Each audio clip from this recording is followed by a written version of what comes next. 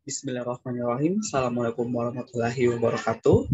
Perkenalkan, nama saya Ahmad Nabil Al-Ashad dengan NIM L221181337, peserta mata kuliah Rehabilitasi dan Pengembangan Sumber Daya Perairan Fakultas Ilmu Kelautan dan Perikanan Universitas Hasanuddin.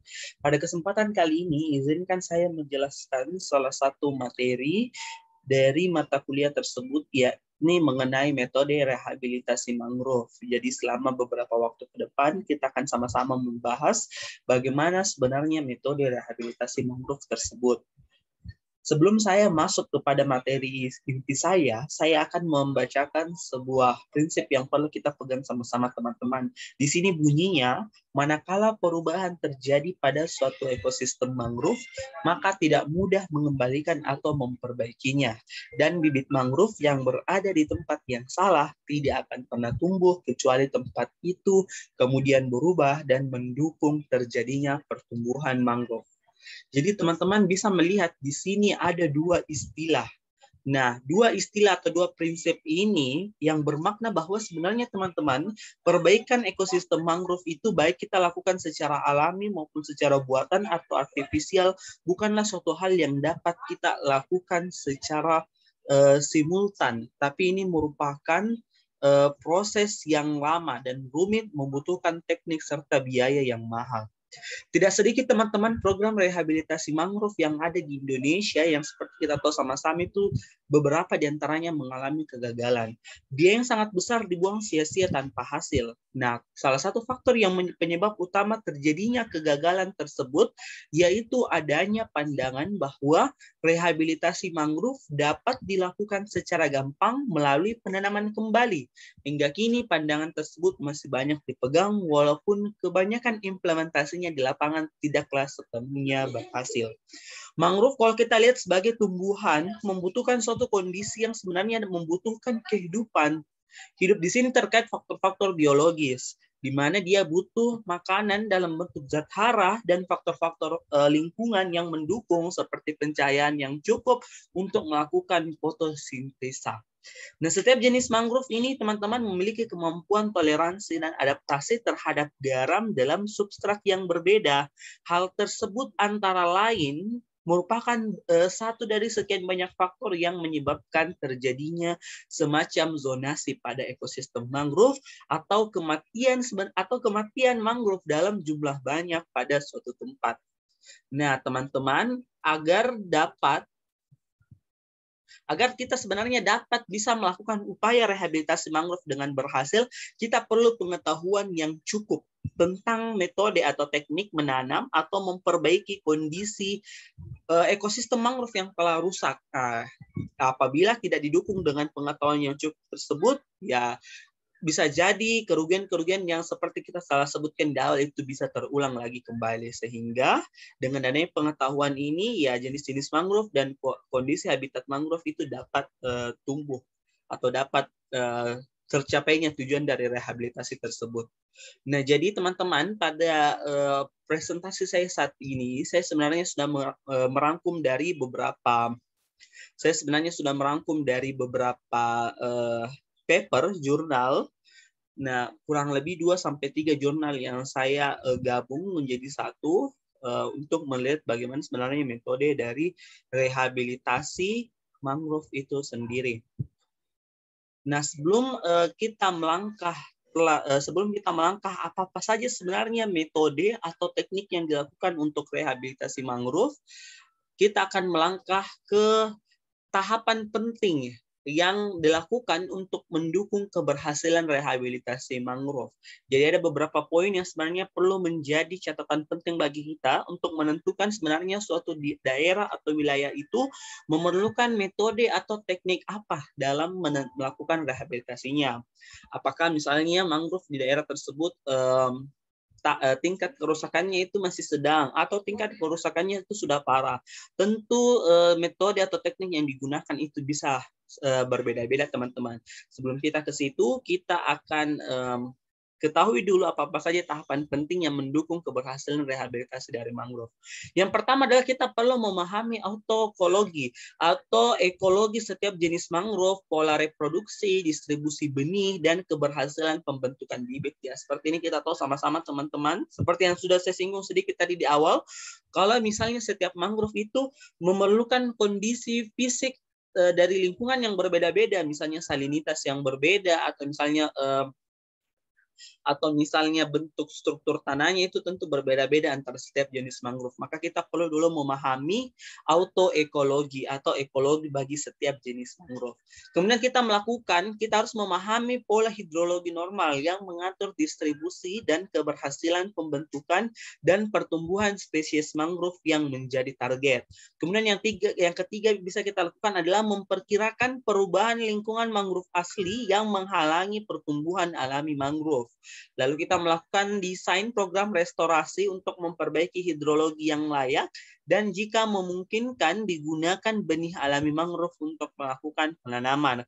Dan yang terakhir, tahapan penting yang perlu kita lakukan untuk mencapai keberhasilan rehabilitasi mangrove adalah dengan melakukan penanaman bibit, memungut atau mengolah biji menjadi suatu langkah alami. Nah, poin 1-4 di atas tidak memberikan bibit dan hasil, tingkat stabilitas, atau tingkat pertumbuhan sebagaimana yang diharapkan.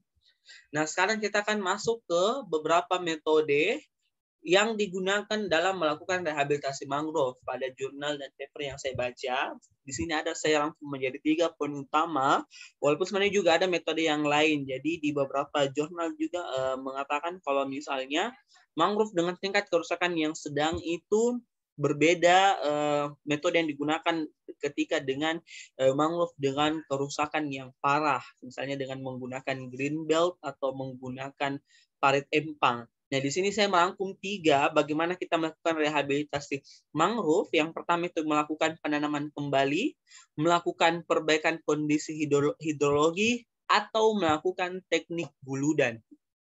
Nah, sebenarnya apa dari ketiga metode ini? Ya, jadi metode penanaman kembali dilakukan untuk sebenarnya mencapai kondisi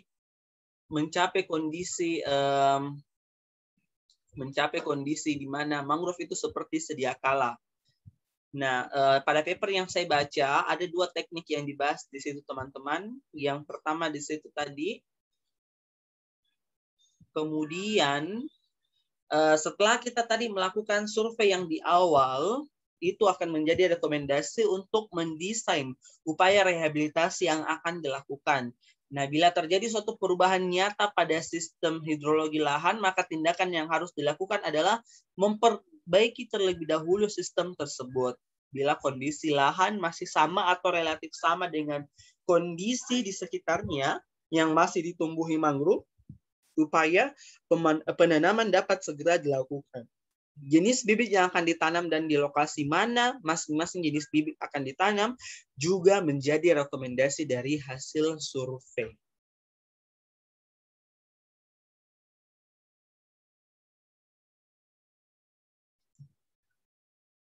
Secara alami, teman-teman, ekosistem mangrove itu dapat memperbaiki dirinya sendiri dengan jangka waktu 15 hingga 20 tahun sepanjang ketersediaan biji dan bibit dan mangrove tidak terganggu atau terhalangi dan kondisi normal hidrologi tidak terganggu.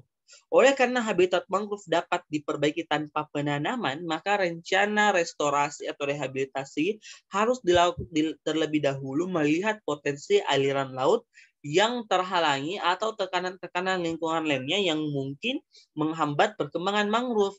Jika aliran air terhalangi dan ditemukan adanya tekanan lainnya, maka hal-hal tersebut ditangani terlebih dahulu.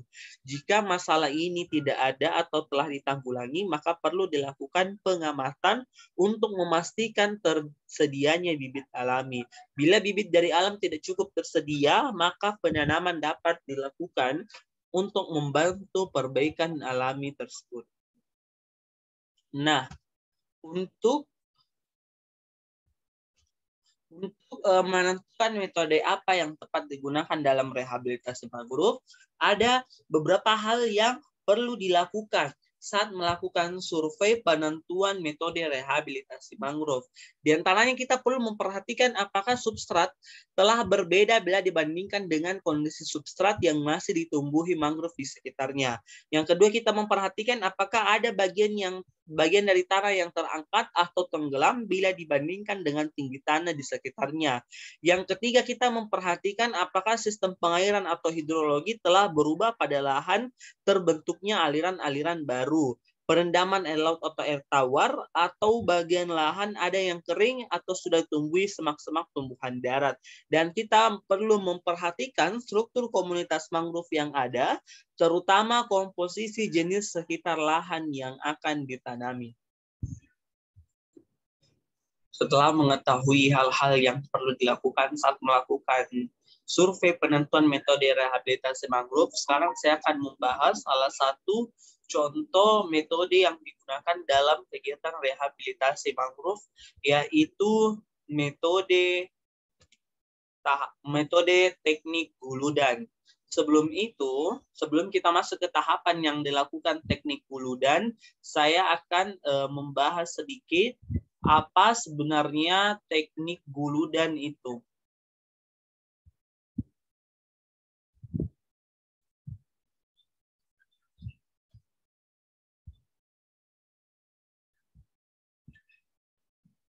Jadi teknik guludan merupakan teknik yang digunakan untuk melakukan rehabilitasi mangrove yang telah terbukti secara efektif untuk menanam mangrove pada lahan-lahan yang tergenang oleh air sebagai salah satu metode penanaman pada lahan yang tergenang pada air yang dalam. Nah, sebelum teknik guludan ini diperkenalkan, penanaman mangrove pada lahan-lahan yang tergenang air yang cukup dalam dilakukan menggunakan drum bekas minyak tanah yang diisi dengan tanah dan bronjong anyaman bambu yang diisi dengan tanah sebagai media tumbuh. Berdasarkan pengalaman, metode penanaman tersebut dapat menopang pertumbuhan anakan mangrove sampai umur sekitar 2 tahun. Namun selanjutnya anakan mangrove tersebut mati karena tanah tersebut sebagai media tumbuhnya hilang akibat hancurnya drum dan bronjong bambu yang digunakan sebagai wadah tanah tersebut. Dengan demikian, penggunaan drum dan bronjong anyaman bambu dalam penanaman anakan mangrove tidak efektif dan efisien dalam menumbuhkan anakan mangrove yang ditanam pada lahan yang tergenang air yang dalam. Maka dari itu, diperkenalkanlah metode teknik guludan ini sebagai salah satu metode yang digunakan untuk melakukan rehabilitasi mangrove, khususnya apabila di daerah tersebut memiliki genangan air yang cukup dalam. Nah, ada 3 tahapan yang secara umum dilakukan untuk melakukan teknik guludan. Yang pertama itu melakukan pembuatan konstruksi guludan yang berukuran 4 hingga 5 meter dengan panjang 6 sampai 10 meter dan tingginya disesuaikan dengan kedalaman air.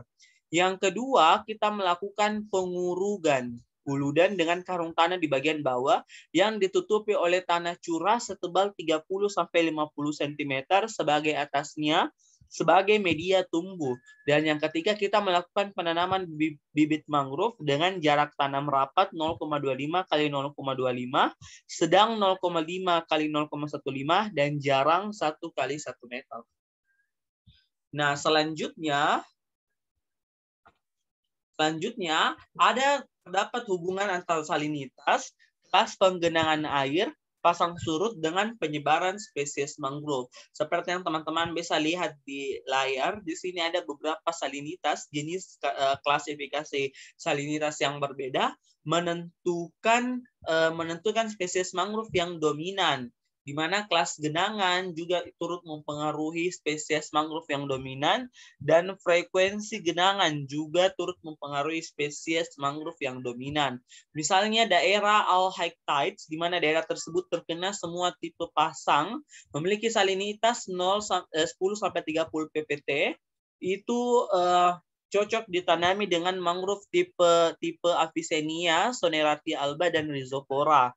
Kemudian ada medium high tide, kelas genangan high tide dengan salinitas 10-30 ppt, itu cocok ditanami dengan spesies mangrove tipe Bruguera, Rhizopora, Caryopsis, dan Candelia. Kemudian kelas genangan normal high tide di mana daerah pasang normal 10-30 ppt itu cocok ditanami spesies mangrove tipe Psilocarpus, Heretiera, Bruguera secangula, dan Bruguera cylindrica. Kemudian tipe spring tides only, daerah pasang tertinggi, cocok ditanami dengan spesies mangrove, Schipobora dan Luminetsera.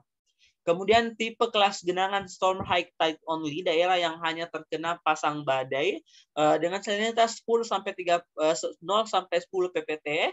Itu spesies mangrove yang dominan itu ada Carabera, Dipa fructicans, dan Ficus trusa. Nah, jadi di sini ada beberapa kelas genangan yang berbeda. Ada hubungan antara salinitas, kelas pengendangan air pasang, dan juga penyebaran spesies mangrove-nya. Jadi bisa saya simpulkan pada presentasi saya saat ini yaitu kondisi yang berbeda, kondisi lingkungan, kondisi tanah, kondisi fisik lingkungan yang ada di daerah tersebut turut andil mempengaruhi metode apa yang kita gunakan dalam melakukan rehabilitasi mangrove. Apakah kita melakukan penanaman langsung apabila kondisi tanahnya masih dalam keadaan yang baik, atau kita melakukan dulu perbaikan hidrologi, kondisi hidrologi apabila media tumbuhnya di situ sudah rusak, ataukah kita melakukan teknik guludan kalau misalnya di mana daerah yang seharusnya ditanami sama mangrove itu memiliki genangan air yang cukup dalam. Jadi di beberapa paper yang saya baca ini sudah menjelaskan dengan cukup detail bagaimana melakukan rehabilitasi mangrove dengan juga berbagai penjelasan-penjelasan spesifik yang dapat digunakan.